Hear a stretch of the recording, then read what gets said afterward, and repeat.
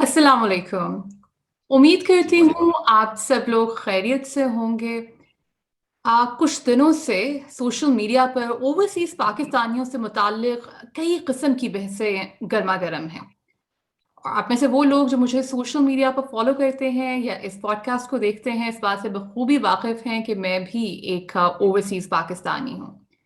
लेकिन इन बहसों में एक पहलू ऐसा है जिसको मुकम्मल तौर पर नज़रअंदाज किया जाता रहा है, और वो है पाकिस्तान से बाहर मुख्तलिफ ममालिक में जेलों में कैद ओवरसीज पाकिस्तानी कैदी। हमारी जिंदगी की बहुत सी ऐसी नेमतें जिन्हें हम फॉर ग्रांटेड लेते हैं, उनमें से एक आज़ादी भी है। अगर आप एक लम्हे को तसव्वुर कीजिए कि आपको किसी अनकहे अनजाने अनसुने जुर्म की पादाश में जेल में भेज दिया जाए तो क्या होगा। यकीनन ये सोचकर आपके रोंगटे खड़े हो जाएंगे।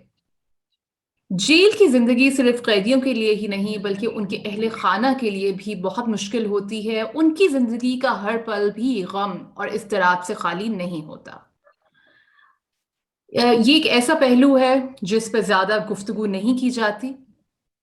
अगर आप या आपका कोई प्यारा मुल्क से बाहर जेल में कैद है तो ये ट्रॉमा मजीद बढ़ जाता है, क्योंकि परदेस भी है और कैद भी है। हमारी बहुत खुशकिस्मती है कि इस सिलसिले में गुफ्तगू करने के लिए हमारे साथ सुहेल जाफत साहब मौजूद हैं। सुहेल साहब जस्टिस प्रोजेक्ट पाकिस्तान के साथ मुंसलिक हैं और करीब 11 बरस से ओवरसीज पाकिस्तानी कैदियों के लिए बहुत काम कर रहे हैं। यहाँ पे एक बात ये भी बताती चलूं कि सुहेल जाफत साहब इस प्रोजेक्ट में इमोशनली भी बहुत इन्वेस्टेड हैं, क्योंकि ये खुद भी जेल की कैद काट चुके हैं। तो सबसे पहले तो सुहेल साहब, आपका बहुत बहुत शुक्रिया कि आपने इस पॉडकास्ट में शिरकत के लिए हामी भरी। Sadia, thank you very much. मतलब मैं तो ये समझता हूँ कि इट्स अपॉर्चुनिटी फॉर मी कि आपने जो प्लेटफॉर्म प्रोवाइड किया है इसके तवसत से मैं आम आवाम तक जो है और दूसरे लोगों तक जो है ये बात पहुंचा सकता हूँ। और मेरा मानना है कि इस बात का लोगों तक पहुंचना बहुत ज्यादा जरूरी है। अनफॉर्चुनेटली एक जो है एक बिहेवियर है, आप ये कह सकते हैं कि हम अमूमन बहुत सारी चीज़ों को नज़रअंदाज कर देते हैं और ये सोच रहे होते हैं कि सालों की वाला मामला है। और मैं ये सिर्फ कहना चाहता हूँ कि इसका शिकार कोई भी हो सकता है। वो आप हो सकते हैं, आपका कोई अज़ीज़ हो सकता है। और बड़ी बदकिस्मती है कि आज 73 साल में भी हम पाकिस्तानियों के हालात अगर आप देख लें तो ये है कि अगर किसी का कोई अज़ीज़ बाहर फँस जाए तो लोगों को भी पता भी नहीं है कि ऐसा कौन-सा प्लेटफ़ॉर्म है कि जहाँ पे हम जाके अपनी दाद रसी के लिए कह सकें। तो मैं बड़ा शुक्रगुज़ार हूँ आपका कि आपने ये प्लेटफ़ॉर्म प्रोवाइड किया है और उम्मीद करता हूँ कि अंदाज़े बयाँ अगरचा कुछ शौक तो नहीं है, शायद कि तेरे दिल में उतर जाए मेरी बात। बहुत शुक्रिया सुहेल साहब। आते हैं सवालात की तरफ। मेरा सबसे पहला सवाल खलीज में मुकीम ओवरसीज पाकिस्तानियों से मुतालिक है, क्योंकि पाकिस्तानियों की एक बहुत बड़ी तादाद खलीजी ममालिक में रोज़ी रोटी के लिए जाती है। और वहाँ पर बहुत से ऐसे पाकिस्तानी भी हैं जिनको किसी ना किसी वजह से जेल हो जाती है। तो वो क्या बुनियादी वजूहात हैं जिनकी वजह से ओवरसीज पाकिस्तानी खलीजी ममालिक की जेलों में कैद हैं? सादिया, ये देखिए, ये बात ढकी-छुपी नहीं है किसी से भी।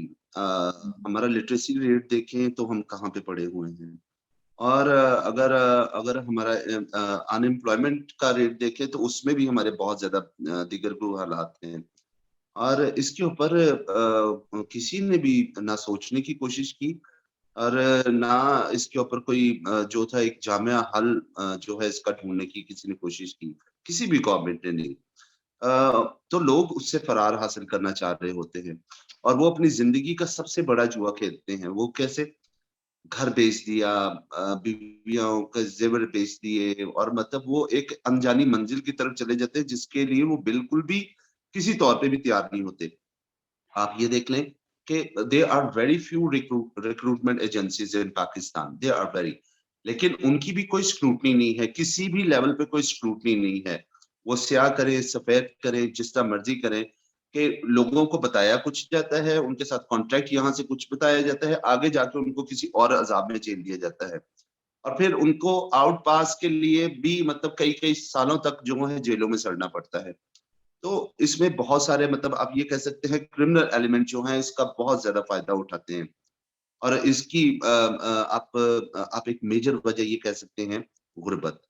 गुर्बत से छुटकारा हासिल करने के लिए लोग किसी भी हद तक किसी भी नहज तक जाते हैं, और अमूमन जो है माफियाज का जो है वो शिकार बनते हैं, और उनका एंड जो है वो बैरून मुल्क समंदर पार जेलों में होता है, और फिर उनका वहां पे कोई सुनने वाला नहीं। सुहेल साहब, ये जो आपने गुर्बत के बारे में बात की कि किस तरीके से हमारे मुल्क में इतनी गुर्बत है कि उस गुर्बत से छुटकारा पाने के लिए लोग किसी भी नहज तक जाने को तैयार होते हैं, तो यहाँ पर एक बात जो मेरे जहन में आती है, असल में मैं खुद भी एक खलीजी मुल्क में 3 साल रह चुकी हूँ।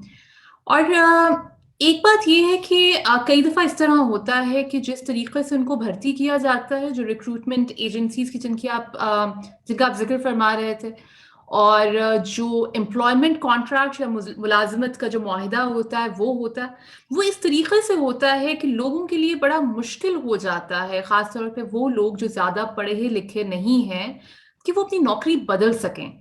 तो ज़रा इन अवामिल पर भी रोशनी डालिएगा कि किस तरीके से एम्प्लॉयर्स एक ऐसी सूरत हाल क्रिएट कर देते हैं कि लोगों के लिए नौकरी बदलना मुश्किल हो जाता है और उनको फिर उन लीगैलिटीज की वजह से जेल में जाना पड़ता है। चले इसको इस तरीके से मैं बयान करने की कोशिश करता हूँ। On a very initial stage when I started investigation over this project, a migrant worker project, हम्म। तो उसमें एक स्टोरी मेरे सामने आई। उसमें हुआ ये कि एक पाकिस्तानी जो था वो सऊदीया की जेल में भी हेड हुआ। उसको भी हेड कर दिया गया, और मैंने करते कराते उसकी फैमिली को लोकेट कर लिया यहाँ पे भलवाल वाली साइड के ऊपर। हम्म। और मोहम्मद बूटा उसका नाम था उस शख्स का, जो वहां पे सऊदीया में भी हेड हुआ, और उसकी डेड बॉडी भी वापस नहीं आई। ये भी एक बड़ा अलमिया है। अच्छा, अब मैं वहां पे जब पहुंचा तो मोहम्मद बूटा की कहानी कुछ इस तरीके से थी कि शायद तारीख आप कह सकते हैं कि अपने आप को दोहरा रही थी, या मिजरी की कहानी जो थी वो वहां पे दोबारा से रिसाइकल हो रही थी। क्यों? मोहम्मद बूटा वॉज ऑर्फन, और उसके चाचा ने उसको पाला जो है, और उसने भट्टे पे काम करना शुरू किया, और भट्टे में वो किसी कर्जे के नीचे आ गया। अब हम्म। उस कर्जे से निकलने के लिए उसने किया क्या? उसने एक चोर दरवाजा ढूंढा, और उसने अपनी एक किडनी बेच के उस कर्जे को उतारने की कोशिश की। किडनी बेच दी उसने अपनी, बेचारे ने, कर्जा फिर नहीं उतरा उसके ऊपर। मीनवाइल जो माफिया की मैं बात कर रहा था कि ये इनका सेटअप जो है वो कितना स्ट्रांग है, कि इनके आगे से सब एजेंट्स होते हैं जो इन्होंने मुख्तलिफ किस्म के लोगों जो है देहातों में, और जो आप ये कह सकते हैं रिमोट एरियाज है, वहां पे इन्होंने डिप्यूट किए होते हैं, और ये लोगों की मिजरीज को वॉच कर रहे होते हैं, क्योंकि ये सबसे ज्यादा आसान टारगेट होता है उनका। मोहम्मद बूटा भी उन्हीं में से एक का शिकार बनना। और उसने उसको सुहाने ख्वाब दिखाना शुरू किए कि यार फलां हाजी साहब हैं, और वो तुम्हें उम्रा भी करवा देंगे, खुदा का घर भी देख लोगे। ये सबसे बड़ी मतलब जो है आप ये कह सकते हैं अट्रैक्शन है जो किसी भी बंदे को आप फंसा सकते हैं इसमें। तो वो बंदा भी यही सोचा कि चलो यार, इससे बड़ी सादत क्या हो सकती है कि मैं खाना खुदा की जियारत कर लूंगा, और कहते फिर इससे तुम वहां पे अच्छा जो है अर्निंग भी कर सकते हो। लेकिन ध्यान रहे कि इस बात का किसी को पता ना चले। बूटा साहब को मतलब उन्होंने कहा कि जी आप अब सिर्फ अपना आईडी कार्ड दे दें हमें। उन्होंने पासपोर्ट भी उसका खुद बनवाया, वीजा वगैरह क्रेडेंशियल्स वगैरह भी खुद बनाया। अब वो बंदा, आप देख लें कि वो बंदा कितना होशियार होगा, जिसने कभी डेवो का सफर नहीं किया। उसको क्या मालूम है कि एयरपोर्ट सिक्योरिटीज के ऊपर क्या होता है, किन चीजों को क्या कैसे करना है और कैसे नहीं करना है। उसको इस्लामाबाद बुला लिया गया, वो इस्लामाबाद चला गया, और इस्लामाबाद में उसको कहा गया कि भी आपकी फ्लाइट जो है वो कैंसिल हो गई है, तो अब आपको 2 दिन के बाद जाना पड़ेगा, लेकिन अब वापस क्या जाओगे? आप हमारे मेहमान ठहरो, हाजी साहब भी आपसे मिलके खुश होंगे। उसको वहां से लेके गए मर्दान, और मर्दान में जाके उसको मतलब गन पॉइंट के ऊपर वो जो ड्रग्स थे वो सॉल्व करने के लिए उसको फोर्स किया गया।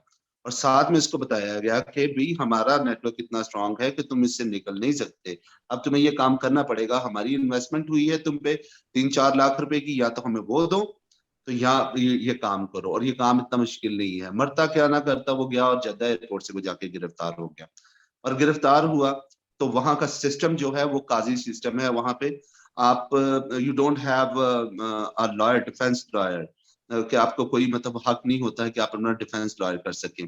ساری چیزیں جو ہے وہ پروسیکیوشن کے اوپر چھوڑ دی جاتی ہیں. جو ان کی اینٹی نارکوٹکس فورس ہے وہ مقدمہ سیٹل کرتی ہے, اور ایویڈنسز بھی وہ خود ہی پرووائڈ کر رہی ہوتی ہے.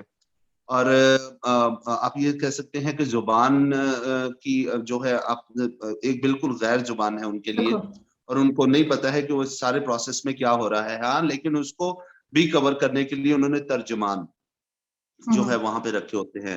لیکن ترجمان کا بھی اس میں اپنا ایک انٹرسٹ ہے, کیونکہ پروسیکیوشن جب کوئی مقدمہ سزا تک پہنچتا ہے تو اس کے اپنے بینیفٹس ہوتے ہیں کہ جی آپ نے کرائم ریڈکشن میں ایک اہم کردار ادا کیا ہے اور ایک بندے کو آپ نے پار لگا دیا ہے. تو وہ عموماً ترجمان بھی اس قسم کی ترجمانی نہیں کر رہے ہوتے, یہ ترجمہ اس طریقے سے نہیں کر رہے ہوتے ہیں, اور ان کو فورس بھی کیا جاتا ہے کہ جی آپ اس کے اوپر جو ہے اس کے اوپر سائن کریں, جو کنفیشن لیٹر ہے اس کے اوپر بھی سائن کروائے جاتے ہیں, اور اس میں ٹارچر کو بھی استعمال کیا جاتا ہے. تو محمد بوٹا جو ہے ایک یہ چھوٹی سی ایک کہانی یہ تھی. اب آپ بات کر رہے ہیں کہ جو وہاں کا کفالہ سسٹم ہے, اس میں آپ یہ حساب لگا لیجئے کہ یہ صرف ریکروٹمنٹ ایجنسیز نہیں ہوتی ہیں, بلکہ یہ جو سب ایجنٹس ہیں یہ کرتے کیا ہیں, کسی کو بھی اپنی باتوں میں انہوں نے پھنسایا, جھانسا دیا, اور آزاد ویزے پہ وہاں پہ لے کے جاتے ہیں, اور وہاں پہ کسی کفیل کے حوالے کر دیا جاتا ہے ان کو, اور اس کے وہ اپنی جو آپ یہ کہہ سکتے ہیں کک بیک جو ہے وہ اس میں سے وصول کر لیتا ہے. اب ان کو کیا جاتا ہے, یہ موسٹ ریسنٹ کیس ہے, ابھی یہ بندہ واپس آیا ہے آؤٹ پاس کے اوپر, کہ اس کو یہاں سے بتا کے کچھ اور لے کے گئے, اور وہاں پہ جا کے اس کو جو ہے 900 ریال کے عوض اس بندے کو فروخت کر دیا کفیل کے ہاتھوں میں. پاسپورٹ کنفیسٹیکیٹ کر لیا جاتا ہے کفیلوں کی طرف سے, اور پھر اس کو وہ صحرا میں کتنی دیر اس کو رکھا, وہاں پہ مارتے پیٹتے بھی رہے کہ اس کے اونٹ چرائے, اور ان کو مطلب جو ہے اس طریقے سے.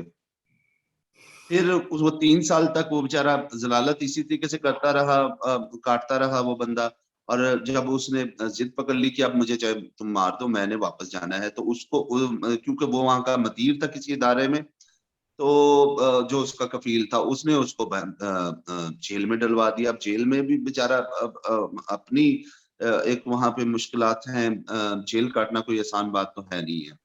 اور اس نے جو وہاں پہ واقعات سنے ہیں وہ میں آگے چل کے آپ سے میں بیان کر سکتا ہوں کہ وہاں پہ ہمارے سفارہ جو ہے اس کا کیا کردار ہے. وہ اگر آپ کہیں گی تو میں آپ کو اس کو ڈیٹیل میں بیان کر دوں گا, جو اپنی جگہ پہ بڑی ہولناک کہانی جو ہے مجھے اس نے سنائی ہے. اور وہ کہتا ہے کہ اس گیٹ پاس بھی دے رہے تھے, لیکن ہی ڈونٹ ہیو انف منی کہ جس سے وہ اپنے ٹکٹ خرید کے پاکستان واپس آ سکے. تو ہوا کیا, دیگر قیدیوں نے جو تھے وہاں پہ انہوں نے پیسے اکٹھے کیے اور اس کو ٹکٹ کے پیسے کر کے دیے, اور وہ بندہ واپس آیا. اس کے حالات اتنے دیگرگوں ہیں کہ اس کی چھوٹی چھوٹی بچے ہیں, ایک اس کی بیٹی ہے جو 3 سال کی ہے, اور ایک بیٹا ہے جو ہے جو قریباً 6 ماہ کا ہے. اور اس کے ماں باپ نے بھی اس کو الگ کر دیا ہے, وہ کرائے پہ ہے, اور وہ اتنا جو ہے وہ پریشان کہتے ہیں جی میں نے تو اپنا گھر بیچ کے جو ہے ایجنٹ کو 7 لاکھ روپے دیا تھا, اور میں نے وہ تمام ضلالتیں بھی کاٹی ہیں, اور یہ معاملات ہیں. تو مطلب you don't have right to change your job. لیکن ابھی اس کے اوپر کام ہوا ہے, اور ایک کانٹریکٹ جو ہے وہ یو اے ای گورنمنٹ اور پاکستانی گورنمنٹ کے درمیان ہوا ہے کہ جو یہاں سے اسکل لیبر جائے گی ان کا جو پے رول کانٹریکٹ کے مطابق ڈیسائیڈ کیا جائے گا, اسی کے مطابق کیا جائے گا. تو کام ہو رہا ہے, لیکن ابھی بہت سارا کام ہونا باقی ہے. سہیل صاحب, جو آپ نے واقعات بتائے ہیں, یہ میں اکثر پوڈ کاسٹ کرتی رہتی ہوں, لیکن it is one of those moments جو ہوتا ہے نا کہ کچھ چیزیں آپ کو جا کے پراپر ہٹ کرتی ہیں, اور میں کچھ دیر کے لیے اسپیچ لیس ہو گئی ہوں. تو یہ تو سوچا بھی نہیں جا سکتا کہ وہ لوگ جو اس تکلیف میں سے خود گزر رہے ہیں ان کی زندگیوں کا کیا رخ ہوتا ہوگا اس سارے تجربے کے بعد. मेरा अगला सवाल जो है वो आप ने, बल्कि अब बहुत शुक्रिया कि आपने खुद भी इस बात का जिक्र कर दिया, वो ये है कि जो खलीजी ममालिक हैं वहाँ पर क्योंकि वहाँ के कुछ कवानीन इस तरह के हैं, पॉलिसीज इस तरह की हैं कि वहाँ की जेलों तक मीडिया की रसाई उस तरह नहीं होती। और हम में से ज़्यादातर लोगों को नहीं इल्म कि वहाँ पर जेलों में लोग किस तरीके से रहते हैं। और कई दफ़ा इस तरह भी होता है कि बहुत से ओवरसीज़ पाकिस्तानी कैदी बताते भी नहीं हैं कि वो वहाँ पर कैद में रहे हैं, और क्योंकि आपने मुआशरे में भी एक अपनी ज़ाहिरी बात एक इज्जत कायम की हुई होती है। आप इतनी रिसर्च कर रहे हैं 11 सालों से, क्या आप कुछ हमें बता सकते हैं कि खलीजी ममालिक की इन जेलों में इन ओवरसीज पाकिस्तानी कैदियों की जिंदगी क्या है? देखिए जी, अगर आप इनकी जिंदगी की बात करते हैं तो जेलों की तो बात छोड़े, आप कहीं पे भी चले जाएं और अजमी होने के नाते से मतलब ये ताल तल करके तो बात करते हैं। और बड़ा ही डिस्क्रिमिनेटरी जो है बिहेवियर होता है खास तौर पे पाकिस्तानियों के साथ। और जेलों की अगर बात करते हैं तो दूसरे, क्योंकि अताशे और उनके आप सफारत खाने बहुत मजबूत हैं और इतनी तजलील का शिकार किया जाता है वहां पे खास तौर पे पाकिस्तानियों को, कि वो लोग आप ये कह सकते हैं कि इतनी हकारत से उनके साथ पेश आते हैं कि भी तुम्हारा कोई वाली वारिस ही नहीं है, ना तुम्हारा सफारत खाना तुम्हें पूछने के लिए तैयार है। तो मुझसे कैदी ये सवाल करते हैं कि यार हमारी गवर्नमेंट इसके ऊपर बात क्यों नहीं करती है। तो मैंने उनसे ये बात की थी, मेरे भाई ये बड़ी कड़वी हकीकत है, लेकिन आपको ये समझने की कोशिश करनी चाहिए कि बेगर हैज नो चॉइस। हम जिनसे मतलब इमदादे ले रहे हैं, क्या हम अपनी चॉइस की उनसे बात कर सकते हैं कि you should have to treat our citizens like human. तो मैं कहा यार ये बड़ी मजे का खेज बात है। और मतलब आप ये कह सकते हैं कि इन साल साल की जिद्दोजहद के बाद पहली दफा ये देखने में आया कि गवर्नमेंट ने कोई बड़ा सीरियस जो था इनिशिएटिव इसके ऊपर लिया, और अब हालात जो है वो कदरे बेहतर है, एटलीस्ट काम हो रहा है। मैं आपको ये अश्योर करना चाहता हूँ। हम्म। तो आप को कौन कौन सा मैं इश्यू आपको मैं बताऊं। आप बात कर रहे थे कि जर्नलिस्ट को वहां पे पहुंचने की जो है वो उस तरीके से आजादी नहीं है, और यहाँ से जो है इन खबरों को निकाल लेना भी कोई इतना आसान नहीं है।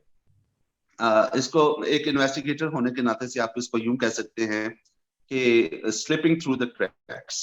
हम इन क्रैक्स के थ्रू जो है वो जो है इन स्टोरीज तक पहुंचने की कोशिश करते हैं, और ये सारे फैक्ट्स को जो है डिग आउट करते हैं।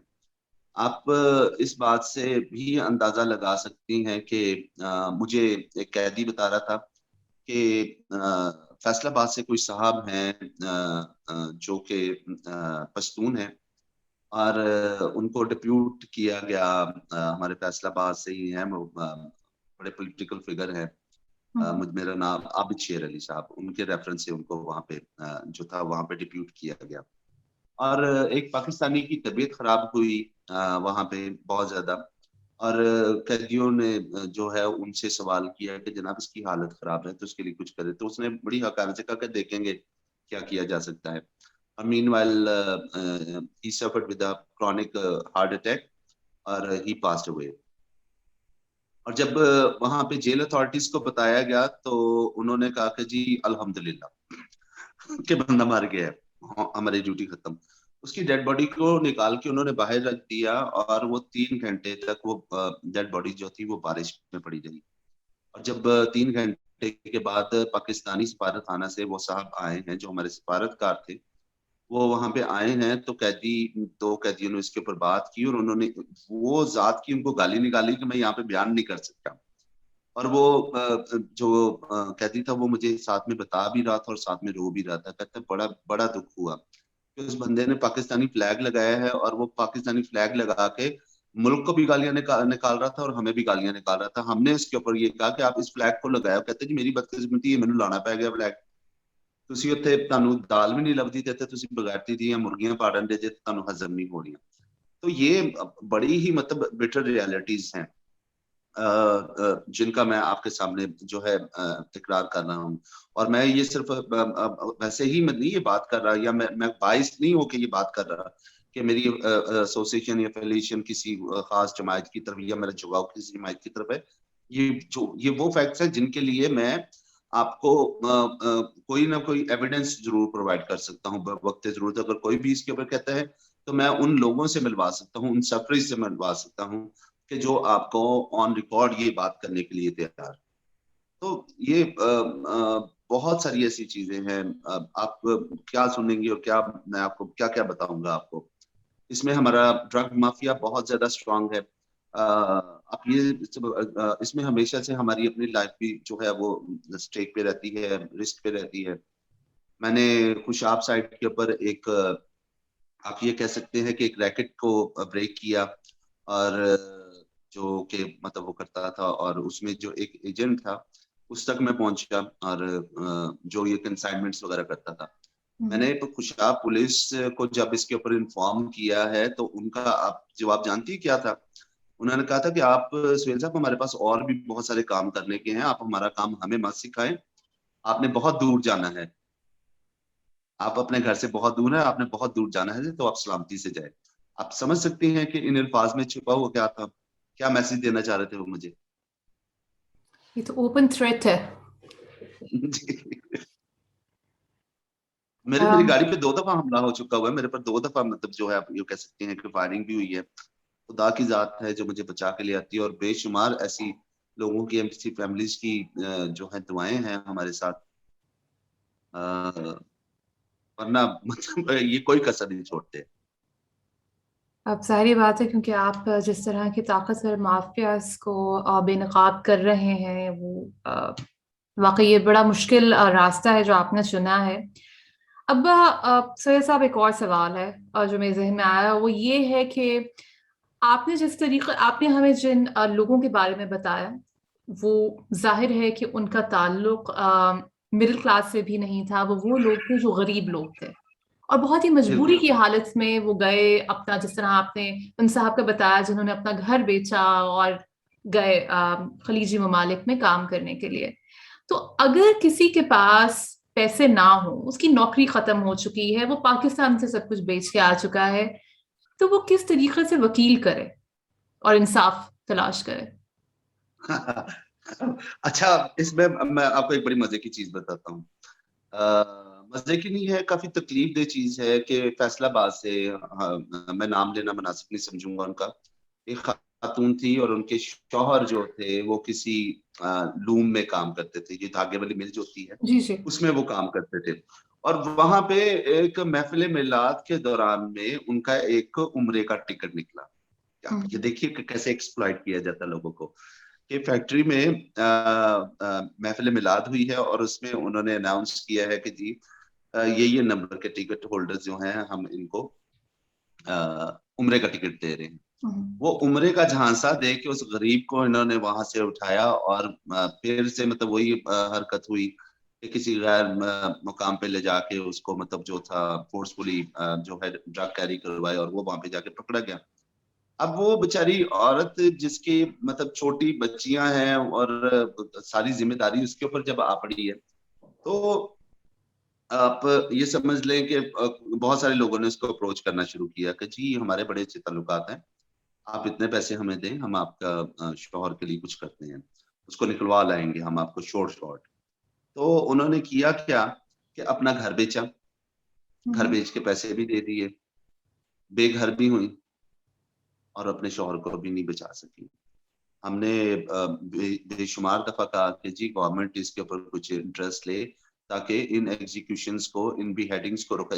सिर्फ सऊदी अरेबिया में 74 से ज्यादा पाकिस्तानियों के सर कलम कर दिए गए, उनको गाजर मूली की तरह काट दिया गया, और किसी जगह पे इस इशू को उठाने की जहमत नहीं गवारा की, किसी मीडिया ग्रुप ने नहीं इसके ऊपर बात की, ना ही हमारे किसी पॉलिटिशियन ने इसके ऊपर बात की। ये मैं पीटीआई गवर्नमेंट से पहले की बात कर रहा हूँ। अभी जो है हालात थोड़े से कदरे मुख्तलिफ हुए हैं कि उन्होंने बी हेडिंग का सिलसिला जो है उसको ऑन होल्ड किया हुआ। ये नहीं पता कि वो कब इसको स्टार्ट कर दें, लेकिन अभी ये सिलसिला जो है बरुका है। अच्छा, अब हम आते हैं सवाल की तरफ कि जैसा हम बात कर रहे थे उन लोगों के बारे में जो जेल में हैं और पैसे नहीं हैं और किस तरीके से आप लीगल सिस्टम से रसाई इख्तियार करें। तो अगर आप खुदा न खास्ता आप या आपका कोई प्यारा जेल में चला गया है, तो उसको क्या तवक्कुआत रखनी चाहिए पाकिस्तानी एम्बेसी से, पाकिस्तानी कॉन्सुलेट से? वो हमारी वो क्या लीगल प्रोटेक्शंस हैं या वो क्या जिम्मेदारियां हैं, वो क्या फराइज हैं पाकिस्तानी एम्बेसी के सिलसिले में? देखिए जी, सबसे जरूरी चीज थी जो थी काउंसलर प्रोटेक्शन पॉलिसी, लेकिन उसके ऊपर अभी इम्प्लीमेंट होना बाकी है। पहली बात तो ये कि जिसमें इस फंड को मुख्तिस किया जाना चाहिए कि वहां पे काउंसलर की एक्सेस देनी चाहिए। आपका शहरी है और आप उसके डिफेंस में खड़े हों और LFI में जो सबूत फराहम करने हैं आप वो कर सकते हैं। लेकिन अभी तक इसके ऊपर इम्प्लीमेंट अनफॉर्चुनेटली नहीं हो सका है। लेकिन अभी ये है कि इसमें मोफा जो है उसको भी काफी ज्यादा काम करने की जरूरत है। मिनिस्ट्री ऑफ फॉरेन अफेयर्स की मैं बात कर रहा हूँ, उनको बहुत ज्यादा काम करने की जरूरत है। लेकिन उससे ज्यादा जरूरी चीज ये है कि देखें, एक चीज जो ऑन रिकॉर्ड है, एक इन्वेस्टिगेटर होने के नाते से ये मैं बता रहा हूँ आपको, और अमूमन फैमिलीज और जो विक्टिम्स हैं वो भी इसके ऊपर करते हैं कि जी आखिर ऐसी क्या बात है कि ये लोग हमारे हवाई अड्डों से निकल जाते हैं और बाहर जाके पकड़े जाते हैं। आखिर ऐसी क्या चीज है? तो उसकी मैं आपको वजह बताता हूँ कि ऑन रिकॉर्ड है कि हमारे हवाई अड्डे जो है वो इतने महफूज नहीं है। सिंगल PIA के हवाले से अगर आप अभी गूगल कर लें तो आपको बेशुमार स्टोरीज मिल जाएंगी जिसमें क्रू इन्वॉल्व था ड्रग ट्रैफिकिंग में। आप बाकी बातें तो सारी छोड़ें, तो सबसे पहले तो इन सारी चीजों को हमें इसके ऊपर काम करना है। अगर हम हज वालों को जो है 2 दिन कबल बुला सकते हैं उनकी ट्रेनिंग के लिए, तो हम एटलीस्ट जो लोग एम्प्लॉयमेंट के लिए जा रहे हैं हम उनको भी आगाह कर सकते हैं कि अगर आपको किसी किस्म की कोई थ्रेट है तो आप काइंडली इस सिग्नल से होकर गुजर जाए, बकाया हम खुद हैंडल कर लेंगे। और अगर आप ये चीजें अगर करेंगे, अगर आप मेडिसिन के लिए फॉर्म में ही भी कुछ लेके जा रहे हैं तो ये ममनुआ अशिया है, इसके ऊपर आपको सजाए मौत भी दी जा सकती है वहां पे। तो इन सारी चीजों को बड़ा इफेक्टिवली करना, इसके ऊपर जो है इम्प्लीमेंट करना बड़ा जरूरी है। सोहेल साहब, ये आपने वैसे एक मेरे ख्याल में एक बहुत अहम बात कही है, और अगर इस पॉडकास्ट के जरिए हमारे हुकाम को अरबाब इख्तियार तक ये पैगाम पहुंचाया जा सके कि खुदारा वो सादा लोग, वो लोग जो इतने पढ़े लिखे नहीं हैं, वो लोग जिनका इतना एक्सपोजर नहीं है, उनको अगर थोड़ी सी ट्रेनिंग दे के दी जाए फ्लाइट से पहले जब कहीं जाना हो, भले वो फ्लाइट उम्रे की है, हज की है या रोजगार के सिलसिले में है। तो जो वही बात जो आपने शुरू में कही थी, वो गुर्बत, तालीम की कमी, ये बहुत बड़े अवामिल हैं जिनकी वजह से हमें ये मसाइल देखने को मिलते हैं। और वही अगर हम बात देखें तो अगर जिन ममालिक में ये जा रहे हैं, अगर हम खलीजी ममालिक के पर्सपेक्टिव से बात करें तो उनके कानून के मुताबिक तो ये जुर्म है। आप ड्रग ट्रैफिकिंग करते हैं तो ये एक जाहिर बात है कि ये काबिले सजा जुर्म है।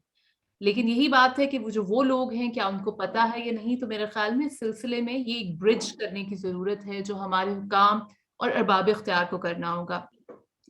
सोहेल साहब, अब मैं आती हूँ एक ऐसे सवाल की तरफ जो कि गालिबन आपके लिए थोड़ा सा सेंसिटिव हो, लेकिन अगर आपको इस सवाल के दौरान ही लगे कि आप इस बारे में बात नहीं करना चाहते या ये सवाल आपको ट्रिगर कर रहा है तो प्लीज इसका जवाब मत दीजिएगा।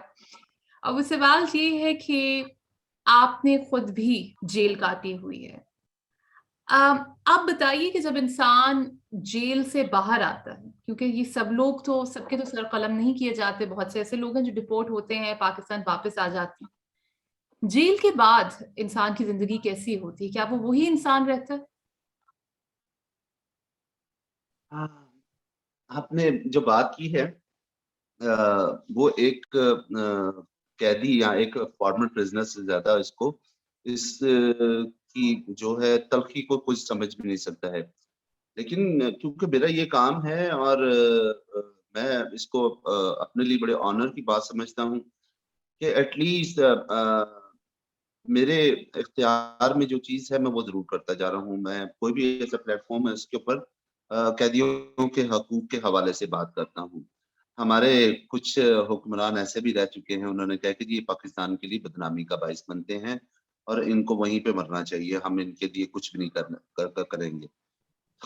آپ کو یہ چیز تو سمجھ جانی چاہیے کہ جیل کے بعد کی زندگی اور بھی مشکل ہو جاتی ہے، کیونکہ اسٹگما کے ساتھ نہ سوسائٹی آپ کو ایکسیپٹ کر رہی ہے، نہ آپ کے اپنے آپ کو قبول کرنے کے لیے تیار ہے. میں آپ سے ہی ایک سوال کرتا ہوں، مجھے نہیں اندازہ ہے کہ ایسا کوئی سسٹم ہو. ایک بندہ ایک لمبے عرصے کے بعد جب جیل سے نکلتا ہے تو اس کی ہیومن نیڈس تو دیکھیں جی وہیں پہ کھڑی ہوئی ہیں. اس کو بھوک بھی لگتی ہے، اس کو کپڑا بھی چاہیے اور اس کو مکان بھی چاہیے، جو کہ مطلب کسی بھی بیڈ بات جو ہے وہ کسی بھی انسان کا فنڈامنٹل رائٹ ہے، جو کہ جنگی قیدیوں کو بھی میسر ہوتا ہے. لیکن یہاں پہ ہماری سوسائٹی میں اس کے لیے ایکسیپٹنس ہی موجود نہیں ہے، تو it become more difficult for a person with stigma. میں خود اسٹگما کا شکار رہا، اور اگر کوئی بندہ آتا ہے تو وہ ان کو ان تمام لوازمات کی ضرورت پڑے گی اور اس کے لیے ایک سورس آف انکم چاہیے ہوتا ہے. اب اس سورس آف انکم کے لیے اس کو یا تو کوئی کاروبار کرنا ہے یا اس کو جاب چاہیے. جاب اس کو دینے کے لیے کوئی بھی نہیں تیار ہے، یہ میں آپ کو گارنٹی کے ساتھ کہہ سکتا ہوں. جاب اس کو کوئی نہیں دے گا. اب اس کو جب جاب کوئی نہیں دے گا تو مجھے کوئی ایسا بینک ہی بتا دیں جو اس کو کہے کہ جی یہ لیں آپ ہم سے لون لیں اور ری اسٹارٹ کریں. آپ گورنمنٹ کے پاس تو ایسا کوئی پروگرام نہیں ہے، کوئی ایسا ادارہ بھی نہیں ہے. مجھے اگر آپ کے علم میں ہو تو کائنڈلی میرے بھی علم میں اضافہ فرما دیجیے. تو ایسا کچھ بھی نہیں ہے، ہماری پولیٹیکل ول ہی نہیں ہے. اور آپ یہ سمجھ لیں کہ قیدی اور جیلیں سب سے نیگلیکٹڈ سیگمنٹ ہیں. اور سب سے بڑا مذاق پتہ کیا کرتے ہیں آپ؟ جب بھی بجٹ ہوتا ہے تو آپ کہتے ہیں کہ جی ہم نے جیلوں کے بجٹ میں اتنا اضافہ کر دیا ہے اور ہم جیل ریفارمز کے اوپر کام کر رہے ہیں. جیل ریفارمز کو آپ نے کیا کرنا ہے؟ آپ جہاں پہ مطلب ان کو 15 روپے کی ڈیلی ان کی جو میل کا بجٹ بنتا ہے، آپ کہہ رہے ہیں جی ہم نے اس کو 18 روپے کر دیا ہے. ٹھیک ہے، تو اس میں جیل ریفارمز کہاں سے آ گئے ہیں؟ جیل ریفارمز اس طریقے سے نہیں ہے. جیل ریفارمز سے اس طریقے سے ہے کہ آپ نے بڑی مشکل سے 21ویں صدی میں آ کے اپنی جیلوں کو کریکشنل سروسز کا نام دیا ہے، صرف نام دیا ہے. Where is reintegration? آپ باہر کہیں بھی چلی جائیں تو ری انٹیگریشن جو ہے وہ گورنمنٹ فنڈڈ ہوتی ہے اور پرائیویٹ جو ہے سیکٹر جو ہے ایز اے پارٹنر اس میں کام کر رہا ہوتا ہے. میں نے مختلف ممالک میں جا کے دیکھا، ان کو آبزرو کیا، ان کی ری انٹیگریشن انتہائی زبردست طریقے سے کام کر رہا ہے. کیوں؟ وہ کہتے ہیں کہ جی ہمارے لوگوں کا جیلوں تک پہنچنا ہی بڑا مشکل ہے کیونکہ ہماری گورنمنٹ اور ہمارے ادارے ڈلیور کر رہے ہیں. آپ ان کے مطلب آپ یہ دیکھ سکتے ہیں کہ ان کا سوشل سیکورٹی سسٹم اتنا اسٹرانگ ہے. آپ کو تمام تر نیڈز آپ کی دے رہے ہیں، وہ آپ کو میڈیکل اور سے لے کے اگر آپ جاب لیس ہیں تبھی آپ کو الاؤنسز وغیرہ مل رہے سارا کچھ. ہمارے تو یہاں پہ حالات ہی بڑے دیگرگوں ہیں انفارچونیٹلی. اچھا، اب جب ہم اپنے اداروں ہم اپنے جو ہے حکمرانوں کو دیکھتے ہیں تو ان کی پولیٹیکل ول ہی نہیں ہے کہ وہ اس کے ری انٹیگریشن کے اوپر کام کریں. باہر انہوں نے ہاؤس آف ایکسارڈس بنائے ہوئے ہیں اور ہاؤس آف ایکسارڈس میں وہ کیا کرتے ہیں کہ کسی بھی قیدی کا جب 1 سال رہ جاتا ہے یا 6 مہینے رہ جاتے ہیں تو اس کو وہاں پہ بھیج دیتے ہیں. وہاں پہ وہ کیا کرتا ہے؟ سوسائٹی میں دوبارہ منگل اپ ہونے کے لیے اور ایڈجسٹ ہونے کے لیے اس کو وہاں پہ ٹرین کیا جا رہا ہوتا ہے کہ آپ نے تھوڑے سے ریسورسز میں گزارا کیسے کرنا ہے. آپ کی اسکل آپ دیکھ لیں کہ ایک سرٹن جو ہے ٹائم کے بعد آپ کا اسکل سیٹ جو ہے وہ آؤٹ ڈیٹڈ ہو جاتا ہے. میں ابھی ہم اس کے اوپر کام کر رہے ہیں. ہم رے آف ہوپ کے نام سے میں پچھلے 11 سال سے ایک ڈرائیو چلاتا ہوں عید پہ، عید الفطر پہ اور کرسمس پہ. اور اس میں رنگ و نسل قید و مذہب جو ہے اور مذہب کی کوئی قید نہیں ہے. اس دفعہ کا ہمارا پرائمری ٹارگیٹ ہے محمد شاہد. محمد شاہد کی سٹوری آپ کو بتاتا ہوں. محمد شاہد سزائے موت رہا ایک نہ کرتا گناہ کی وجہ سے، جو بعد میں کمیوٹ ہوئی اور وہ اس کو رہائی ملی. اب اس عرصے میں وہ بیچارہ ٹی وی میکینک تھا. ٹی وی میکینک جب باہر آیا تو اتنی دیر تک اسمارٹ ٹی وی اور ایل ای ڈیز کا دور آ چکا تھا، تو اس کا بیچارے کا تو اسکل سیٹ جو تھا وہ آؤٹ ڈیٹڈ ہو گیا. اس کا ایک بچہ وتھ اسپیشل نیڈس ہے اور ایک بیٹی جو ہے وہ اس کا بڑا خواب ہے, از ویری پیشنیٹ پرسن, میں نے اس کو پرسنلی آبزرو کیا ہے, ملا ہوں, دیکھا ہے, بات کی ہے.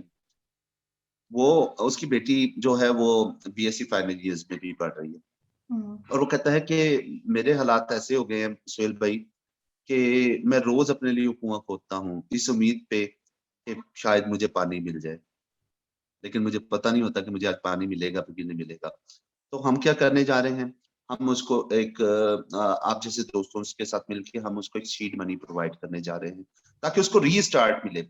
تو سوسائٹی کا یا معاشرے کا مطلب یہ کردار ہونا چاہیے کہ وہ ان کو اٹھا کھڑا کرنے کی کوشش کریں.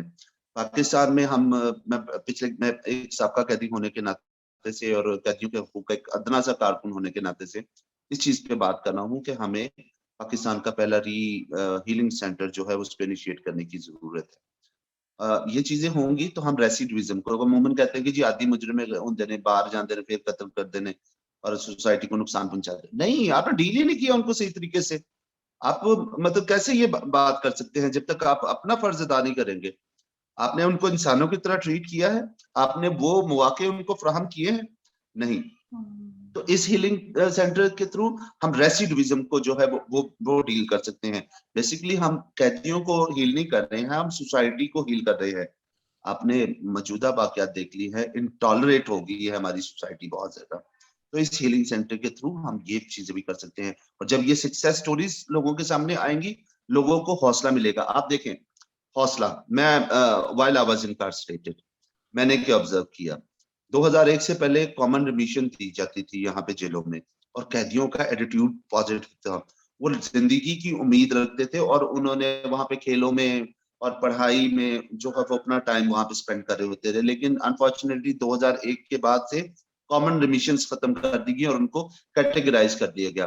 اب وہ معافی کن کو ملتی ہے, چوروں کو اور منشیات استعمال کرنے والوں کو, آوارہ گردی, جن کو ضرورت نہیں ہے, جن کو ویسے ہی جیل ٹرائل کے دوران میں چھوڑ دیا جاتا ہے, جو لمبی قید عمر قید کاٹ رہا ہے یا اور جو ہے کر رہا ہے, ان کو جن کو معافی کی ضرورت ہے, آپ ان کو ایک امید دے رہے ہیں کہ آپ زندگی کی طرف رہیں. اگر آپ یہ کسی سے امید چھین لیتے ہیں تو وہاں پہ کیا چیز سب سے زیادہ پروان چڑھتی ہے, منشیات کا استعمال. لوگ اپنے آپ کو اتنے ڈپریسڈ ہے کہ وہ مطلب منشیات کا استعمال کر رہے ہوتے ہیں, اور یہ وہ بالکل مایوس ہوتے ہیں نا, ان کو پتہ نہیں کہ they can make it or not, کہ وہ سروائیو بھی کر پائیں گے اتنے لمبے عرصے تک کہ نہیں.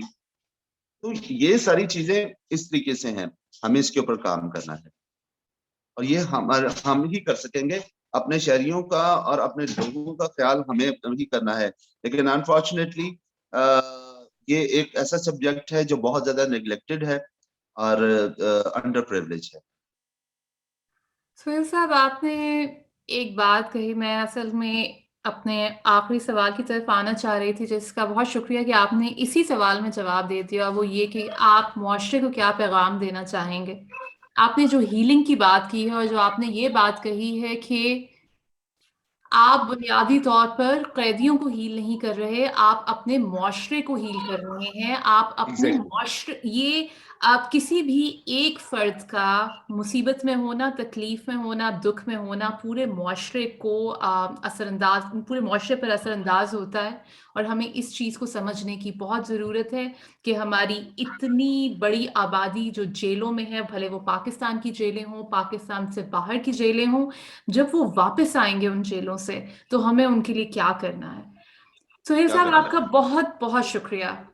میرے خیال میں یہ پوڈ کاسٹ میرے لیے, میری ذاتی لرننگ کے لیے میرے خیال میں بہت اہم رہی ہے, اور میں آپ کی سلسلے میں بہت مشکور ہوں کہ آپ نے نہ صرف وقت دیا بلکہ آپ نے اتنا کھل کر ان موضوعات پہ بات کی جن پر بات کرتے ہوئے لوگ ہچکچاتے ہیں. اور خدا سے دعا یہ ہے کہ خدا آپ کو حفاظت میں رکھے اور آپ کو مزید ہمت دے کہ آپ ان لوگوں کے لیے کام کر سکیں. بہت بہت شکریہ کہ آپ اس پوڈ کاسٹ میں. سادیہ, ونس اگین میں بہت مشکور ہوں کہ آپ نے مجھے یہ موقع دیا. میرے لیے یہ ہمیشہ سے اطمینان کا باعث رہا ہے کہ شاید خدا مجھ سے جو کام لینا چاہتا ہے یا جو کام لے رہا ہے, اگر مجھے یہ ری سٹارٹ نام دیا جاتا یا مجھے اس طریقے سے ڈیل نہ کیا جاتا تو شاید میں بھی دوسرے لوگوں کی طرح ہی مطلب جو ہے गुमनामी में कहीं पे जो है वो ज़िंदगी गुज़ार रहा होता। लेकिन आप जैसे दोस्त, आप जैसी आवाज़ जो कि वाक़ई दर्द दिल रखते हैं अपनी मिट्टी के लिए, अपने वतन के लिए और अपने लोगों के लिए, ये आप लोगों की मदद से ही मुमकिन हो पाया है। Once again thank you very much, और आपके तमाम व्यूअर्स का भी शुक्रिया, जो मुझ जैसे बोर आदमी को मतलब इतनी खंदा परेशानी से जो है इतनी देर उन्होंने बर्दाश्त किया है। Thank you very much. नहीं, मेरा नहीं ख्याल कि इस पॉडकास्ट से कोई भी बोर होगा, और जैसे ही सुहेल जाफर साहब ने कहा, मैं भी आप सब लोगों का शुक्रिया अदा करना चाहती हूँ कि आप इस पॉडकास्ट में हमारे साथ आखिर तक शामिल रहे। अगर आपके या आपके प्यारों की कोई ऐसे तजुर्बात हैं जिनके बारे में सुहेल जाफर साहब ने जिक्र किया, तो कमेंट्स में ज़रूर अपनी आरा से आगाह कीजिएगा। और अगर आपके जहन में कोई ऐसी तजावीज़ हैं जो इस सिलसिले में कारआमद साबित होती हैं, तो भी हमें ज़रूर बताइएगा। पॉडकास्ट में शामिल होने का बहुत शुक्रिया। अगली पॉडकास्ट में दोबारा मुलाकात होगी, तब तक के लिए खुदा हाफ़िज़।